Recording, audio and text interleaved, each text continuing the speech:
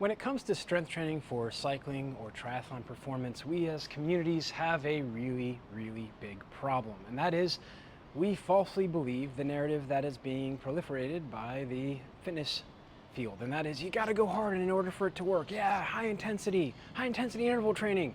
You gotta push hard. You gotta do Tabata. In fact, that is pretty much a guarantee to have horrible results.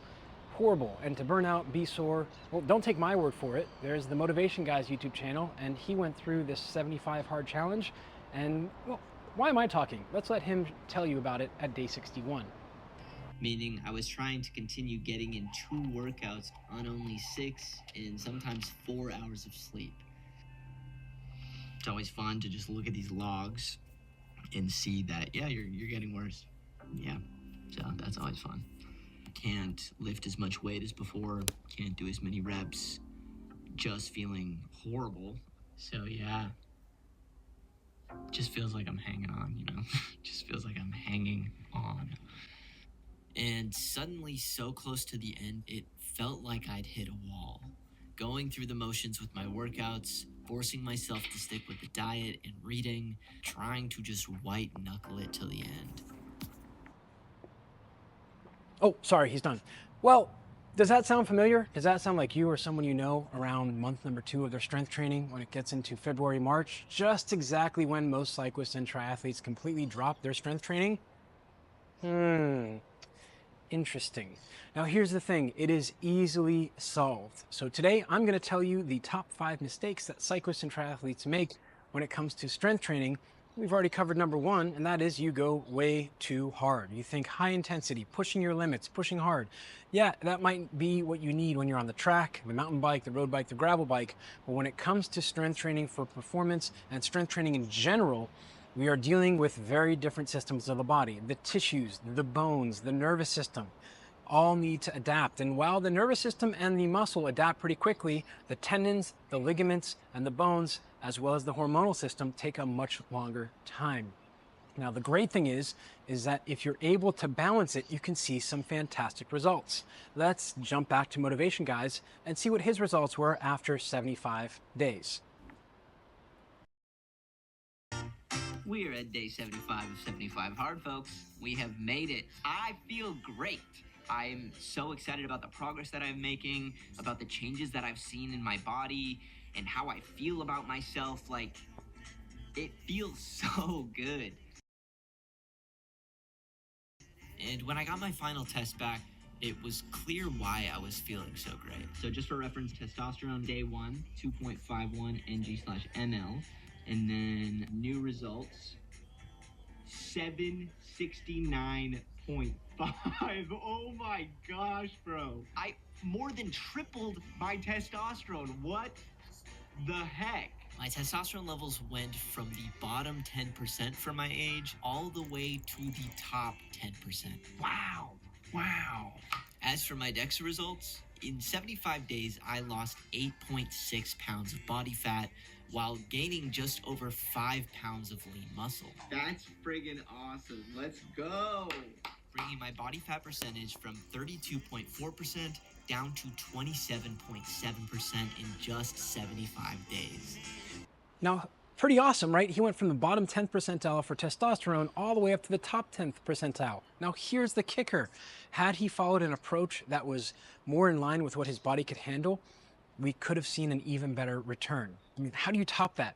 You give the body the time to adapt and to improve in between training exposures. And there is a very simple way to do this, and that is you focus on technique, form, and how you're doing the exercise, and looking for an improvement on that side of things, not just driving more weight or more reps. Yes, you do need more volume week to week, but there is a really easy way for us to do this. You start off the first week with, let's say, 2 sets of 10 at an RPE of 6. And you're learning the movement, you're working on technique. The next week you go to 3 sets of 10 at an RPE of 6. Then you go into 3 sets of 10 at an RPE of 7, so a little bit heavier weight. And the 4th week you go to 3 sets of 12 at an RPE of 7 again. We have gradually increased the amount of weight or total volume that you're doing week by week without completely crushing your legs or your soul. This allows you to be able to have motivation to get on the bike and, most importantly, to train with cycling quality. Now, for our next point, let's head down to the gym and we'll talk a little bit more. Now, mistake number two is actually really simple to make and easy to make. And I made it also when I first started in strength training. And that is, like most trainers, I thought just doing the exercise is what's going to get you the results. You work the muscles and you're going to see results. Well, for general fitness, that might be something that gets you there. But when we're talking about actually using strength training to improve your performance on the bike or in any sport, what we're really looking for is to improve the body's ability to create stiffness where it needs it, to get movement where it needs it, as well as to give you a higher platform with which to perform. And that platform is the ability to move about the hips and the shoulders. That's pretty much all sports except maybe yoga and Pilates, where you're getting into these different postures. Now, why are those exceptions? In gymnastics, and even in gymnastics, which is an extreme example, the tissues still have to respond a certain way. So when they're in the weight room, they're looking for certain types of trends in movement. So simply coming in and just throwing a barbell and doing a squat is not going to get you the same results as taking the time to learn how to squat with your body weight, followed by a kettlebell or a dumbbell, and then working your way up. And in fact, when you start to look at strength training that way, all the possibilities begin to open and you realize how easy it actually is to see strength performance.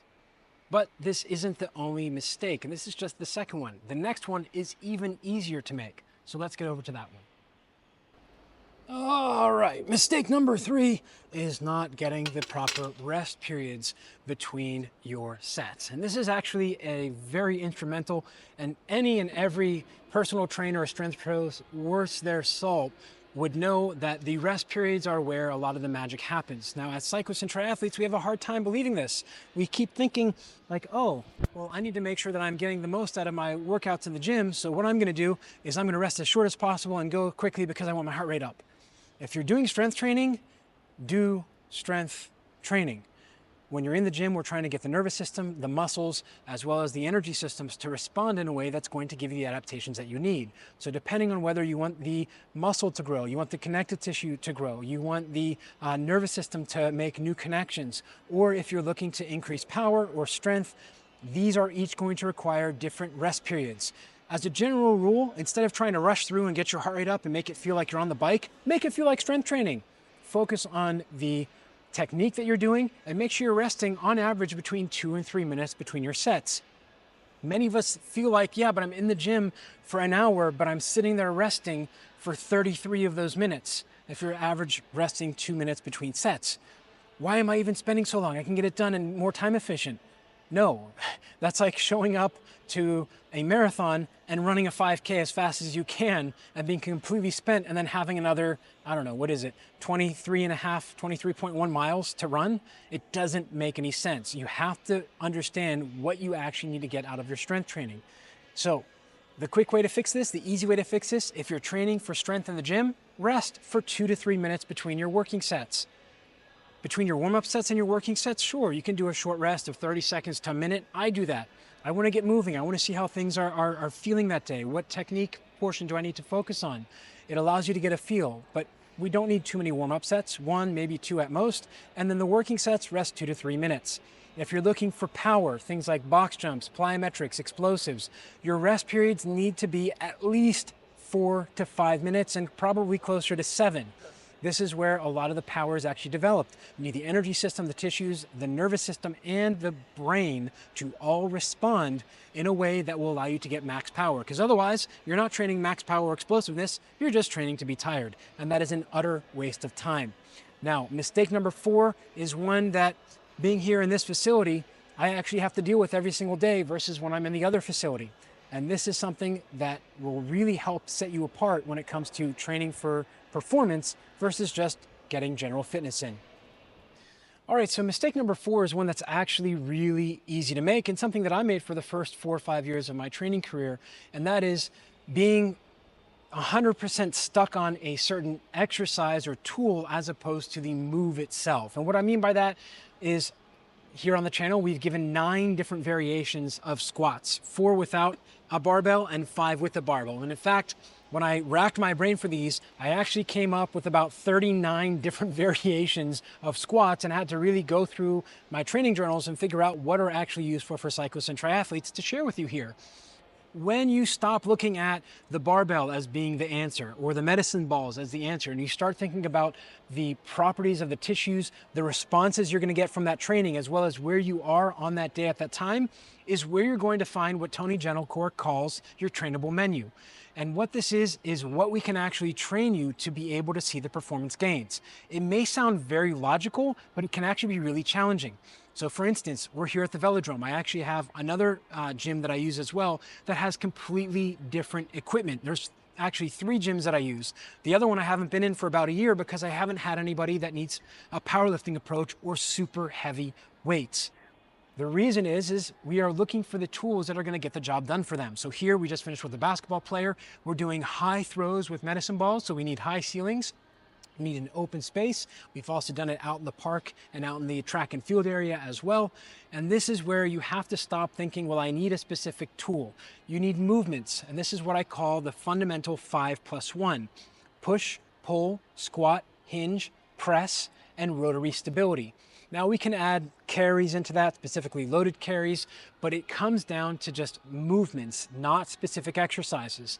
And when you start to look at exercises as different tools, kind of like a Swiss Army knife, you begin to understand that there's lots of different variations you can use to help you get there. Are there optimal versus ideal? Of course. That's what I deal with every single day with the pro men and women that I work with, is they walk in the door and I'm looking at how they're walking, look at how they carry themselves, listening to them. How tired are you? Where are you mentally? And then we're deciding what tool to use on that day. We're still loading a squat, we're still loading a hinge, but we might do it a little bit differently depending on where they are.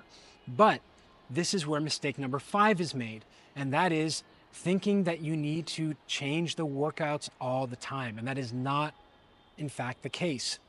It's a huge mistake to think I need muscle confusion and this and that.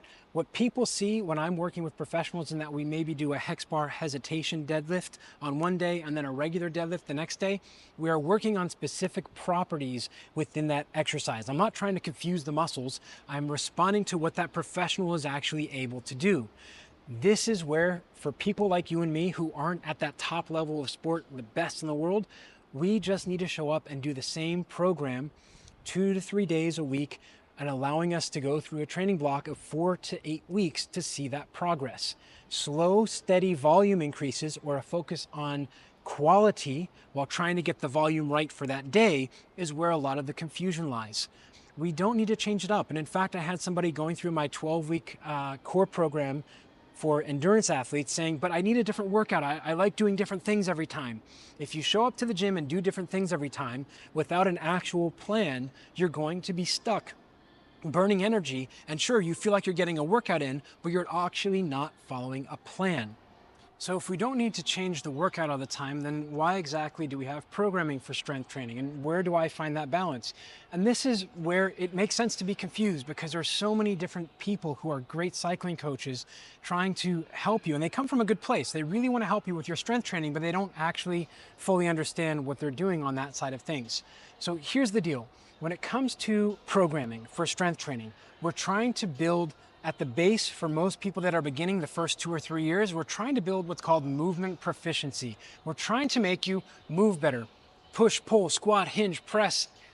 All of these things we are trying to ingrain where you're able to move with high quality every day, no matter where you are. You're able to identify the small things that will get you there. Now, as a bike fitter, I learned very quickly that there are micro adjusters where their seat is off a 0.5 millimeter and they're going to feel something. And I've also had macro adjusters where their nose on their saddle is down and you're like, didn't you notice your nose on the saddle was down? They're like, oh yeah, I guess something felt different when I was climbing, right? 2 different ends of the spectrum. So how do we actually build you to get results with a strength program? Well, number one, the strength program should stay about the same for 3 to 6, maybe even 4 to 8 weeks, depending on where you are and the adaptations you're getting. Between weeks 5 and 8 is usually where we see a taper off because the body's adjusted, but it doesn't need to change that drastically. And I talk about this in my first best-selling book, Strength Training for Cycling Performance, in that all you need to do is change one thing. So if we've been doing a goblet squat and you've just been going through, we went 2 sets of 10, 3 sets of 10, 3 sets of 12, and then maybe went 3 sets of 12 to 15, the thing that we can change is we just add a 1 second pause at the bottom. And then we go back 2 sets of 8, 3 sets of 10, 2 sets of 10, 3 sets of 10, whatever it may be, we go through the stack and we allow you to slowly increase the volume while focusing on quality. Now, here's where a lot of people get confused. They think they need 3 or 4 different strength program throughout the week. You don't actually need that. And this is where I just had this with someone who went through the Strength Training for Cycling Performance book. There's 3 full-year programs in there, and they went through the first full year and they said, yeah, but I'm doing the same workout twice a week for a month. I'm getting bored. That's exactly right. That's the problem with it. And there's a number of programs out there that work extremely well. And I've been on them as a powerlifter, a competitive powerlifter. I've been on them where they work extremely well. The problem isn't the program. The problem is we get bored up here because it works, right? Now, the challenge for you as a cyclist is showing up and doing the work with focus. If you do it with a focus on technique and then you allow yourself the space, instead of focusing on the weight, focusing on how you're moving, and you show up twice a week to do your programming, you're going to see some really great returns. Now, if you're going to do the same program twice a week in strength training, you need to make sure it covers the fundamental 5+1: push, pull, squat, hinge, press, and rotary stability.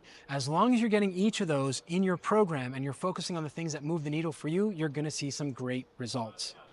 So I know none of this is going to be exceptionally mind-blowing, and this is where a lot of us like to think that performance or training for high performance is this really high off target, but it really isn't. When you understand human dynamics and you understand how we progress to top sport or to the best, highest performances, a lot of it is just mastering the fundamentals. Michael Jordan talks about it, Ken Griffey Jr. talks about it, Mario Lemieux talks about it. It's just getting really good at the basics. Sidney Crosby, basic drills, and they just do them really well, and they do them frequently enough that the brain is able to process it. Now, these 5 mistakes, as you've heard, are really easy to fix. The challenge we have is we make it more complicated in our head because we see all this stuff on social media that is well intended, like, oh, this high-level athlete is doing this really complex thing, so I needed to do that to get the performance. That is not what you need. What you need is to have a program to show up, make sure you're being consistent 2 to 3 days a week with your strength training, going by RPE, not blowing yourself out of the water, and avoiding the mistakes we talked about today in trying to do too much or going too fast or doing too many different things. It really is simple. So if you found today to be useful and you found some mistakes that you've made, go ahead and follow the advice and correct them. And comment down below in a month or 2 and let me know how your performance is doing on the bike, as well as how much easier was it for you to stay consistent in the gym because you're not walking out of there or waking up the next morning completely blown out of the water. So until next time, remember, train smarter, not harder, because it is all about you.